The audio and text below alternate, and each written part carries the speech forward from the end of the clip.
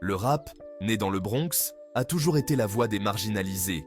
Dès le départ, les rappeurs ont utilisé leurs paroles pour parler des problèmes de leur communauté, notamment la criminalité, la pauvreté et la brutalité policière. Certains y voyaient une glorification de la violence, tandis que d'autres y voyaient un appel à l'aide. La violence dans le rap n'est pas qu'un simple divertissement. Elle est le reflet de problèmes de société plus profonds. Cet essai explorera la relation complexe entre la violence et le rap américain, en s'appuyant sur des exemples d'artistes dont la vie et les paroles ont été marquées par ce problème. Le rap a émergé dans les années 1970, dans le quartier du Bronx à New York. Les pionniers du rap comme Grandmaster Flash and the Furious Five ont utilisé leur musique pour raconter les histoires de leur communauté. Des chansons comme The Message ont brossé un tableau saisissant des difficultés des quartiers défavorisés, notamment la violence des gangs, la toxicomanie et le harcèlement policier.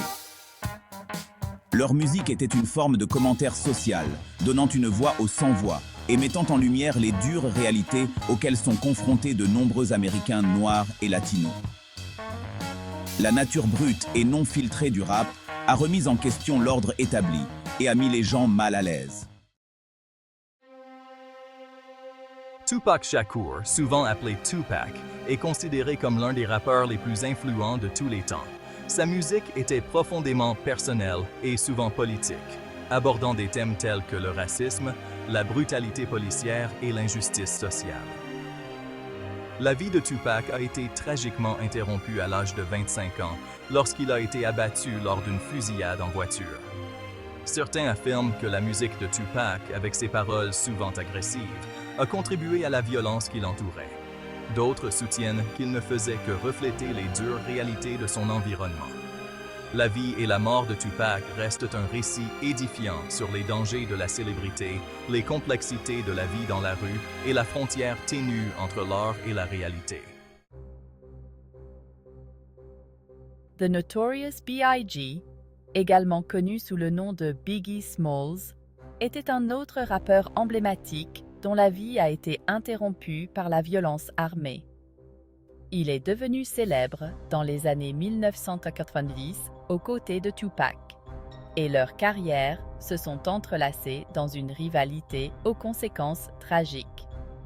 La musique de Biggie, comme celle de Tupac, dépeignait souvent les réalités de la vie dans la rue, notamment la violence et la criminalité. La rivalité entre Tupac et Biggie est passée d'une guerre des mots à une véritable querelle qui a fini par leur coûter la vie à tous les deux. Biggie a été abattu 6 mois après Tupac, alimentant encore le récit de la violence dans l'industrie du rap.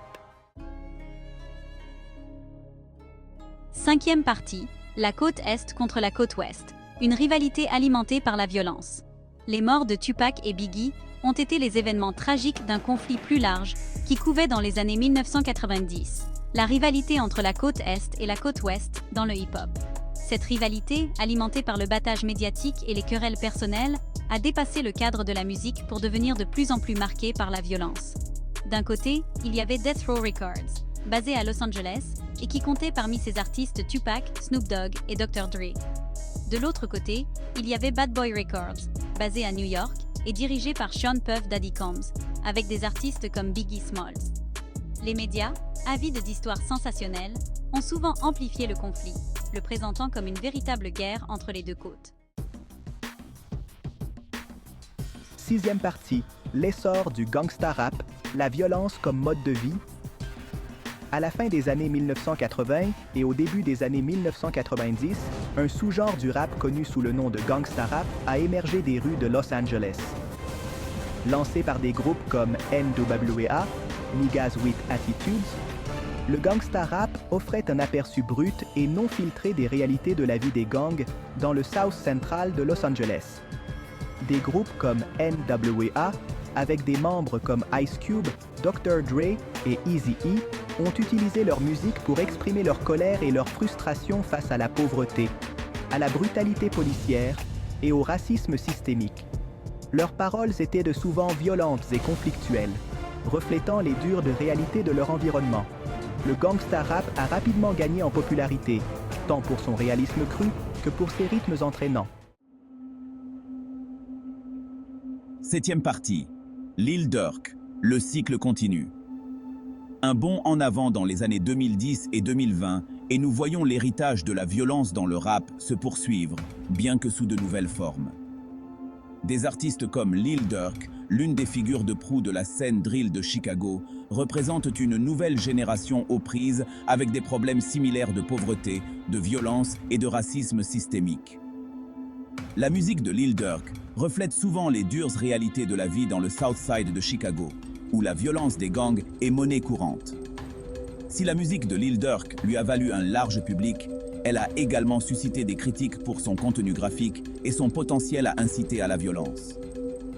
Certains affirment que sa musique contribue au cycle de la violence qui sévit dans des villes comme Chicago, tandis que d'autres y voient une forme de commentaire social. 8e partie. Au-delà de la musique, les conséquences dans la vie réelle.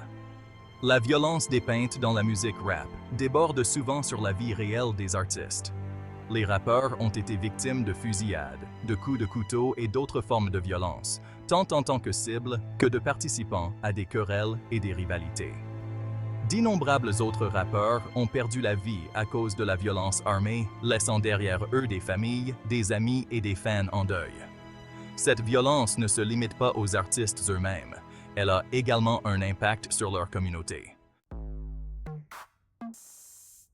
9e partie. Le débat sur la glorification. Le rap encourage-t-il la violence?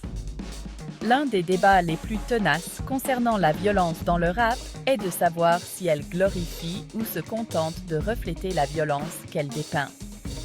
Les critiques soutiennent que les paroles et l'imagerie graphique de certaines chansons de rap désensibilisent les auditeurs à la violence et contribuent à une culture de l'agression. Cependant, corrélation n'est pas synonyme de causalité, et il est difficile d'isoler l'impact de la musique d'autres facteurs tels que les conditions socio-économiques, la vie de famille et la santé mentale. D'un autre côté, les partisans de la musique rap affirment qu'elle sert de défouloir aux artistes pour exprimer leur frustration et partager leurs expériences. Le débat sur la question de savoir si la musique rap glorifie la violence est complexe et nuancé. 10e partie. Le pouvoir de la narration. Le rap comme reflet de la réalité.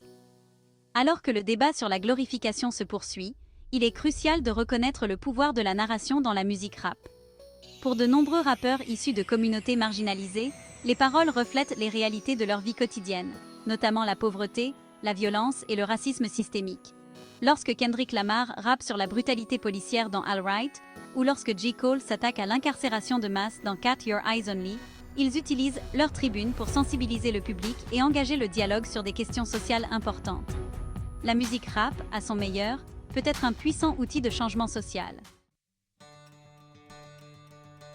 11e partie. Briser le cycle. Le rap. Peut-il être une force de paix? Si la violence a été un thème récurrent dans la musique rap, il est important de se rappeler que ce genre est diversifié et en constante évolution. De nombreux artistes s'efforcent activement de briser le cycle de la violence et de promouvoir la paix à travers leur musique. Des artistes comme Common, Lupe Fiasco et Macklemore ont utilisé leur tribune pour défendre la justice sociale, promouvoir la paix et inspirer des changements positifs. Ces artistes démontrent que le rap peut être une force pour le bien, un outil d'éducation, d'émancipation et de changement social. Leur musique nous rappelle que même dans les moments les plus sombres, il y a toujours de l'espoir pour un avenir meilleur. 12e partie. Un héritage complexe. Un héritage complexe. La violence dans le rap, hier et aujourd'hui. La relation entre la violence et la musique rap américaine est complexe, multiforme et profondément liée aux réalités sociales, économiques et historiques des États-Unis. De ses débuts comme voix des marginaux à sa domination mondiale aujourd'hui, le rap a toujours reflété les réalités de ses artistes et de leur communauté. Si la violence a été un thème récurrent, il est essentiel de se rappeler que le rap n'est pas un genre monolithique. Réduire le rap à ses éléments les plus violents, c'est ignorer la richesse, la diversité et la complexité de cette forme d'art.